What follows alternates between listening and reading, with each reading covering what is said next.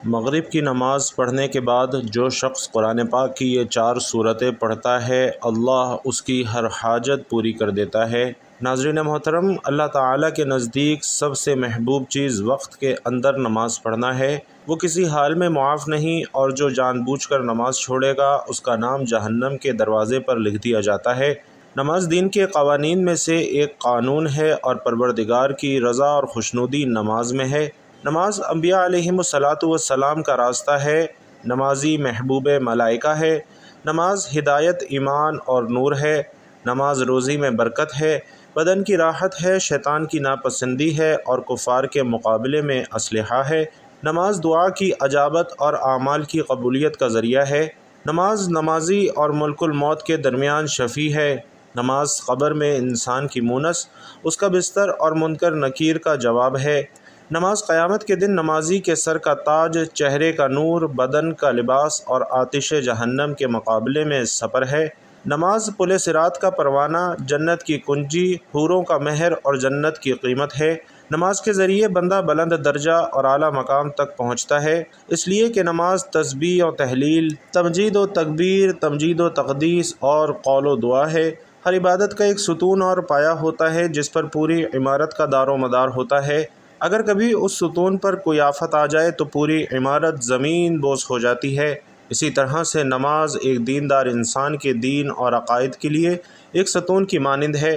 علی بن ابی طالب رضی اللہ تعالیٰ عنہ تمام مسلمانوں اور مومنوں کو وصیت کرتے ہوئے فرماتے ہیں کہ میں تم سب کو نماز کی اور اس کی پابندی کی وصیت کرتا ہوں، اس لیے کہ نماز بہترین عمل اور تمہارے دین کا ستون ہے۔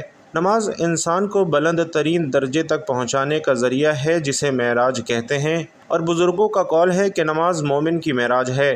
نماز عقیدے کی تجلی، ایمان کا مظہر اور انسان کے خدا سے رابطے کی نشانی ہے۔ نماز کو زیادہ اہمیت دینا ایمان اور عقیدے سے برخورداری کی علامت ہے، اور نماز کو اہمیت نہ دینا منافقین کی صفت ہے۔ خداوند عالم نے قرآن مجید میں اسے منافقین کی ایک نشانی قرار دیتے ہوئے فرمایا ہے کہ منافقین خدا کو فریب دینا چاہتے ہیں، جبکہ خدا خود ان کے فریب کو ان کی طرف پلٹا دیتا ہے۔ اور منافقین جب نماز کے لیے کھڑے ہوتے ہیں تو سستی اور کاہلی کی حالت میں نماز کے لیے کھڑے ہوتے ہیں، اور لوگوں کو دکھاتے ہیں اور بہت کم اللہ کو یاد کرتے ہیں۔ اسی طرح رسول خدا صلی اللہ علیہ وسلم فرماتے ہیں کہ نماز ترازو ہے۔ حضرت جعفر صادق رضی اللہ تعالیٰ عنہ فرماتے ہیں کہ سب سے پہلے انسان سے آخرت میں نماز کے بارے میں پوچھا جائے گا۔ اگر نماز قبول کر لی گئی تو تمام اعمال بھی قبول کر لیے جائیں گے، اور خدا نخواستہ نماز رد کر دی گئی تو دوسرے سارے اعمال بھی رد کر دیے جائیں گے۔ ناظرین، چونکہ نماز دین کی بنیاد اور اس کا ستون ہے، نماز کی منزل میں بھی ایسا ہی ہے کہ جو شخص نماز کو اہمیت دیتا ہے وہ دوسرے اسلامی دستورات کو بھی اہمیت دے گا، اور جو نماز سے بے توجہی اور لاپرواہی کرے گا تو وہ دوسرے اسلامی قوانین سے بھی لاپرواہی برتے گا۔ گویا نماز اور اسلام کے دوسرے احکام کے درمیان لازمہ اور ایک طرح کا رابطہ پایا جاتا ہے۔ اسی لیے حضرت علی رضی اللہ تعالیٰ عنہ نے محمد بن ابی بکر کو خطاب کرتے ہوئے فرمایا، اے محمد بن ابی بکر، جان لو کہ ہر عمل تمہاری نماز کا تابع اور پیرو ہے، اور جان لو کہ جس نے نماز کو ضائع کیا اور اس سے لاپرواہی برتی، وہ دوسرے اعمال کو زیادہ ضائع کرنے والا اور اس سے زیادہ لاپرواہی برتنے والا ہوگا۔ قیامت اصول دین میں سے ایک ہے، اور وہ یہ دن ہے کہ جب تمام انسانوں کو حساب و کتاب کے لیے میدان حشر میں حاضر کیا جائے گا، اور روایات کی روشنی میں اس دن سب سے پہلا عمل جس کے بارے میں انسان سے سوال کیا جائے گا وہ نماز ہی ہے۔ رسول اکرم صلی اللہ علیہ وسلم فرماتے ہیں کہ روز قیامت بندوں کے اعمال میں سب سے پہلے جس چیز کو دیکھا جائے گا وہ نماز ہے۔ اور حضرت علی رضی اللہ تعالیٰ عنہ فرماتے ہیں کہ جب انسان حالت نماز میں ہوتا ہے تو اس کا جسم، اس کے کپڑے اور اس کے ارد گرد موجود ساری اشیاء خدا کی تسبیح و تحلیل کرتی ہیں۔ ناظرین، نماز کے بہت سے فائدے اور اثرات ہیں جو نمازی کی دنیاوی اور اخروی زندگی میں نمایاں ہوتے ہیں۔ ان میں سے بعض کی طرف اشارہ کیا جا رہا ہے۔ انسان ہمیشہ ایک ایسی قوی اور طاقتور چیز کی تلاش میں رہتا ہے جو اس کو قبیح اور برے کاموں سے روک سکے، تاکہ وہ ایسی زندگی گزار سکے جو کہ گناہوں کی زنجیر سے آزاد ہو۔ قرآن کی نگاہ میں وہ قوی اور طاقتور چیز نماز ہے۔ ارشاد باری تعالیٰ ہے کہ بے شک نماز گناہوں اور برائیوں سے روکتی ہے، اس آیت کی روشنی میں نماز وہ طاقتور اور قوی شے ہے جو انسان کے تعادل اور توازن کو حفظ کرتی ہے اور اس کو برائیوں اور گناہوں سے روکتی ہے۔ چونکہ انسان جائز الخطا ہے اور کبھی کبھی چاہتے ہوئے یا نہ چاہتے ہوئے گناہوں کا مرتکب ہو جاتا ہے، اور ہر گناہ انسان کے دل پر ایک تاریک اثر چھوڑ جاتا ہے جو نیک کام کے انجام دینے کی رغبت اور شوق کو کم اور گناہ کی طرف رغبت اور میل کو زیادہ کر دیتا ہے۔ ایسی حالت میں عبادت ہی ہے جو گناہوں کے ذریعے پیدا ہونے والی تیرگی اور تاریکی کو زائل کر کے دل کو جلا اور روشنی بخشتی ہے، اور انہی عبادتوں میں سے اہم ترین عبادت نماز ہے۔ خداوند عالم فرماتا ہے کہ نماز قائم کرو کہ بے شک نیکیاں گناہوں کو نیست و نابود کر دیتی ہیں۔ بے شک نماز گزشتہ گناہوں سے ایک عملی توبہ ہے، اور پروردگار اس آیت میں گناہگاروں کو یہ امید دلا رہا ہے کہ نیک اعمال اور نماز کے ذریعے تمہارے گناہ محو اور نابود ہو سکتے ہیں۔ شیطان جو کہ انسان کا دیرینہ دشمن ہے اور جس نے بنی آدم کو ہر ممکنہ راستے سے بہکانے اور گمراہ کرنے کی قسم کھا رکھی ہے، مختلف راستوں، حیلوں اور بہانوں سے انسان کو صراط مستقیم سے منحرف کرنے کی کوشش کرتا ہے، مگر کچھ چیزیں ایسی ہیں جو اس کی تمام چال بازیوں پر پھانی پھیر دیتی ہیں، اور ناظرین انہی میں سے ایک چیز نماز ہے۔ رسول اکرم صلی اللہ علیہ وسلم فرماتے ہیں کہ جب تک اولاد آدم نماز کو پابندی اور توجہ کے ساتھ انجام دیتی رہے گی، اس وقت تک شیطان اس سے خوف زدہ رہتا ہے، لیکن جیسے ان کو ترک کرتی ہے، شیطان اس پر غالب ہو جاتا ہے اور اس کو گناہوں کے گڑھے میں دھکیل دیتا ہے۔ نمازی کو خدا، انبیاء علیہم الصلاۃ والسلام اور ائمہ اطہار کے نزدیک ایک خاص درجہ اور مقام حاصل ہے، جس کی وجہ سے خداوند عالم دوسرے لوگوں پر برکتیں نازل کرتا ہے اور ان سے بلاؤں اور عذاب کو دور کر دیتا ہے، جیسا کہ حدیث قدسی میں خداوند عالم فرماتا ہے کہ اے گناہ گارو، اگر بوڑھے نمازی، خاشے جوان، شیر خوار بچے اور چرنے والے چوپائے نہ ہوتے تو میں تمہارے گناہوں کی وجہ سے تم پر سخت عذاب نازل کرتا۔ ناظرین، نماز اسلام کے 5 ستونوں میں سے ایک اہم ترین ستون ہے۔ نماز بدنی عبادتوں میں سے سب سے افضل عبادت ہے۔ مسلم اور کافر کے درمیان فرق کرنے والی چیز نماز ہے۔ یہ شیطان کے چہرے کو سیاہ کرتی ہے، مومن کے لیے باعث فخر ہے۔ نماز کے وقت اللہ تعالیٰ نمازی ہی کی طرف متوجہ ہوتا ہے، اور اللہ تعالیٰ انسان کو سجدہ کرتے وقت ہی سب سے زیادہ پسند فرماتا ہے۔ جب انسان نماز کے لیے تیار ہوتا ہے تو جنت کے دروازے کھول دیے جاتے ہیں، اور نماز کی جانب وہ جتنے قدم بڑھاتا ہے اس کے اتنے ہی گناہ معاف کر دیے جاتے ہیں، اور اتنا ہی ثواب اس کے حق میں لکھ دیا جاتا ہے۔ جنگ میں ہو، کوئی چاہے دشمن کی تلوار کے سائے میں یا پھر دشمن کے ڈر سے اپنی جان بچا کر بھاگ رہا ہو، اس وقت بھی نماز کو قضا کرنے کی صورت میں ادا کرنا لازم اور فرض ہے۔ یہ اسلام کا فرمان ہے، اور نماز بے شک دارین کی سعادتوں کا ضامن ہے۔ اللہ عز و جل قرآن مقدس میں ارشاد فرماتا ہے کہ یہ کتاب پرہیزگاروں کو ہدایت ہے جو غیب پر ایمان لائے اور نماز قائم رکھتے ہیں، اور ہم نے جو دیا اس میں سے ہماری راہ میں خرچ کرتے ہیں۔ آگے فرماتا ہے کہ نماز قائم کرو اور زکوٰۃ ادا کرو، اور رکوع کرنے والوں کے ساتھ نماز پڑھو، یعنی مسلمانوں کے ساتھ کہ رکوع ہماری شریعت میں ہے، یا پھر با جماعت نماز ادا کرو۔ ناظرین، نماز کی اہمیت کا اس سے بھی پتہ چلتا ہے کہ اللہ رب العزت نے سب احکامات اپنے حبیب صلی اللہ علیہ وسلم کو زمین پر بھیجے، لیکن جب نماز فرض کرنا منظور ہوئی تو حضور علیہ الصلاۃ والسلام کو اپنے عرش عظیم پر بلا کر اسے فرض کیا اور شب اسریٰ میں یہ تحفہ دیا۔ اللہ تبارک و تعالی نے پورے قرآن میں مختلف مقامات پر مختلف طریقوں سے 186 مرتبہ اپنے بندوں کو نماز قائم کرنے کا حکم دیا ہے، کیونکہ نماز تمام برائیوں سے روکتی ہے، جیسا کہ قرآن مقدس میں ذکر ہے کہ بے شک نماز تمام برائیوں اور برے کاموں سے روکتی ہے۔ اللہ تعالیٰ اپنے بندوں کو نماز پر پابندی کرنے کی تلقین اس لیے کر رہا ہے تاکہ اس کے بندے ضلالت اور گمراہی کے دلدل میں نہ پھنسیں اور حق کی راہ پر گامزن رہیں، تمام تر اختلافات اور مصیبتوں سے بچے رہیں۔ اگر آپ قرآن مقدس کی تلاوت کریں گے تو بے شمار آیات آپ کو ایسی ملیں گی جو نماز کی فرضیت پر دلالت کرتی ہیں، اور آپ جان لیں گے کہ بے شک نماز ہر حال میں فرض ہے اور اس سے بچنے کا کوئی چارہ نہیں ہے۔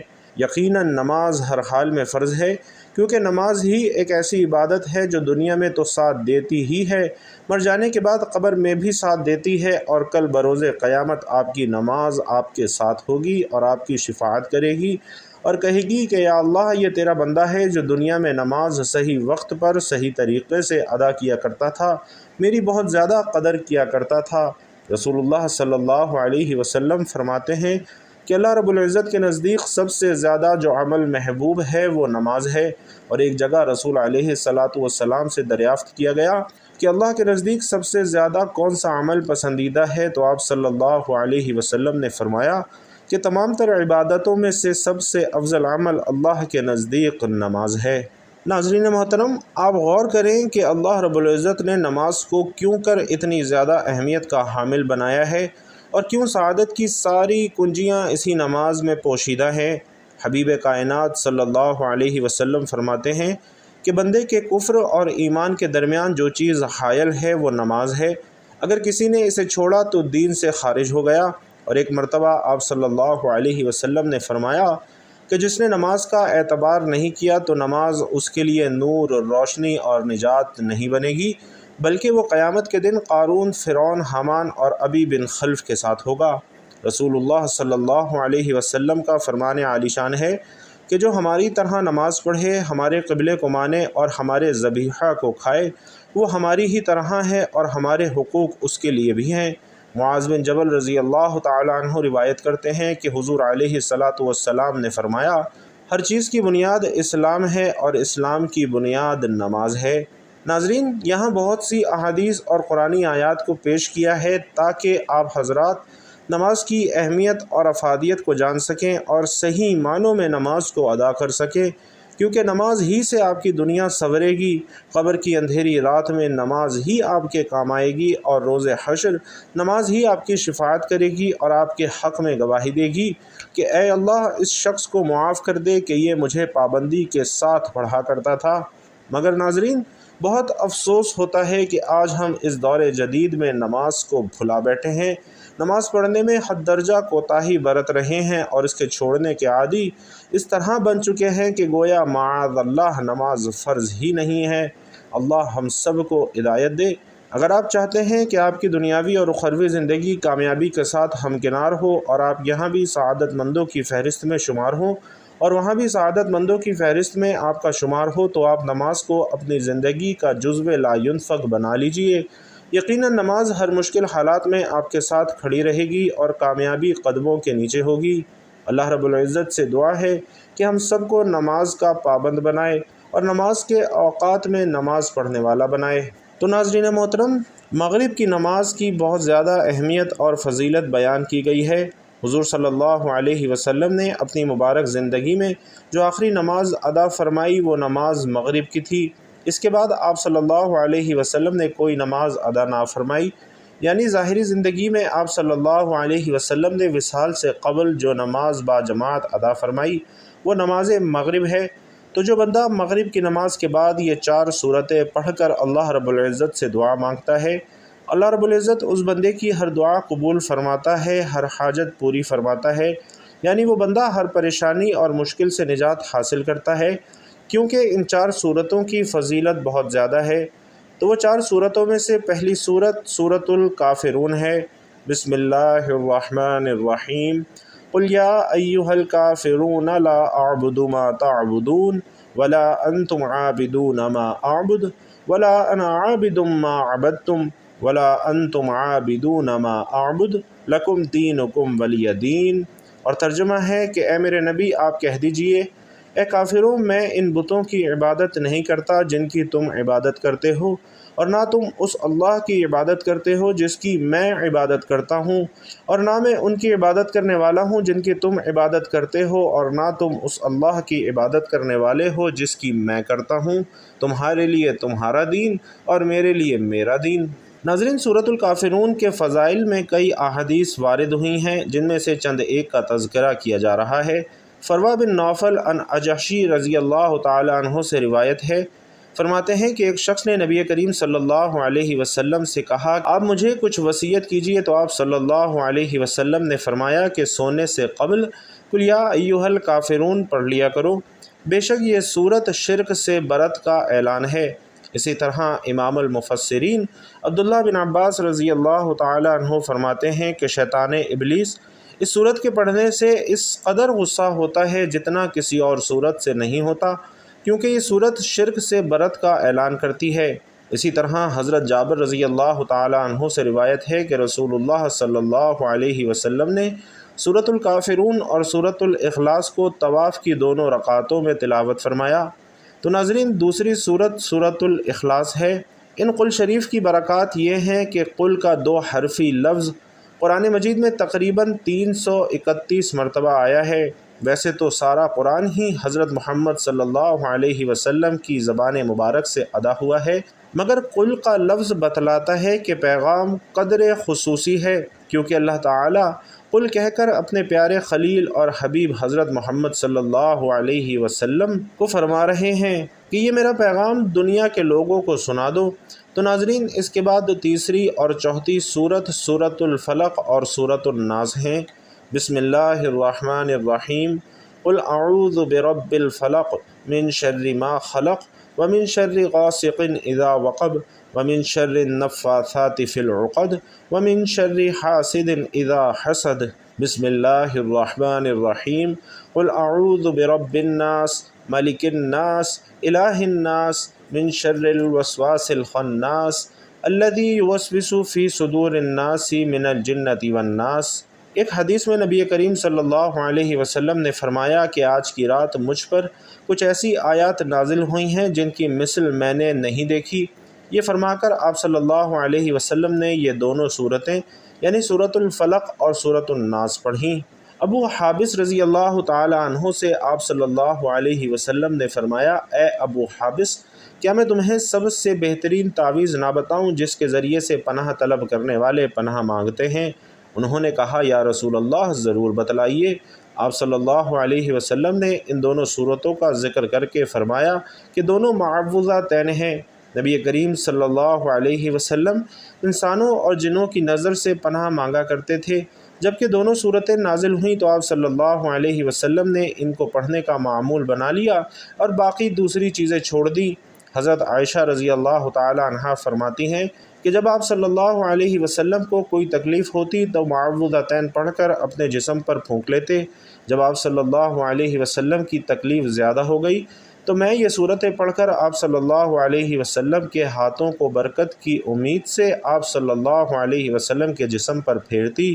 جب نبی کریم صلی اللہ علیہ وسلم پر جادو کیا گیا تو جبرائیل علیہ السلام یہی 2 صورتیں لے کر حاضر ہوئے اور فرمایا کہ ایک یہودی نے آپ صلی اللہ علیہ وسلم پر جادو کیا ہے اور یہ جادو فلاں کنویں میں ہے۔ آپ صلی اللہ علیہ وسلم نے حضرت علی کو بھیج کر اسے منگوایا۔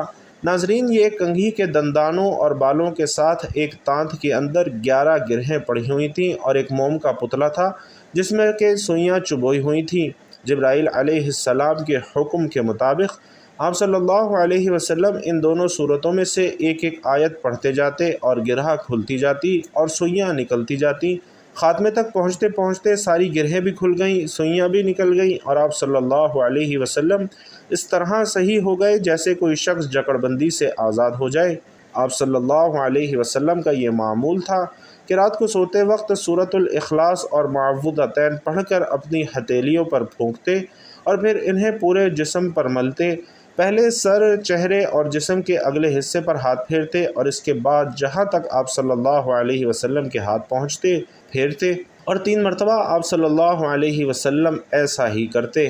اسی طرح عقبہ بن عامر رضی اللہ تعالی عنہ سے ایک روایت درج ہے کہ نبی کریم صلی اللہ علیہ وسلم نے انہیں ہر ایک نماز کے بعد معوذتین یعنی سورۃ الفلق اور سورۃ الناس پڑھنے کا حکم دیا تھا۔ اسی طرح روایات میں درج ہے کہ نبی کریم صلی اللہ علیہ وسلم جنوں کے شر سے اور آدمیوں کی نظر بد سے پناہ مانگا کرتے تھے، لیکن جب معوذتین نازل ہو گئیں تو آپ صلی اللہ علیہ وسلم نے انہی کا پڑھنا اپنا معمول بنا لیا اور دوسری تمام دعاؤں کو چھوڑ دیا۔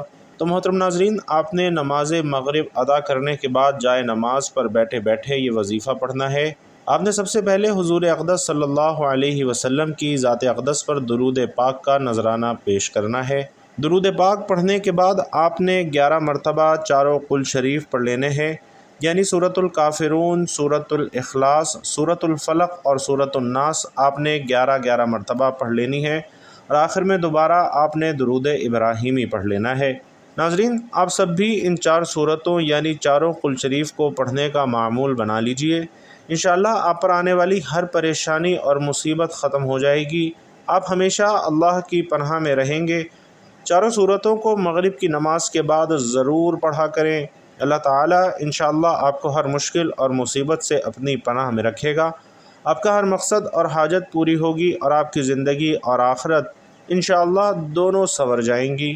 اللہ تعالیٰ سے دعا ہے کہ نیکی کی بات ہم سب کو سننے، سمجھنے اور اس پر عمل کرنے کی طاقت اور توفیق مرحمت فرمائے۔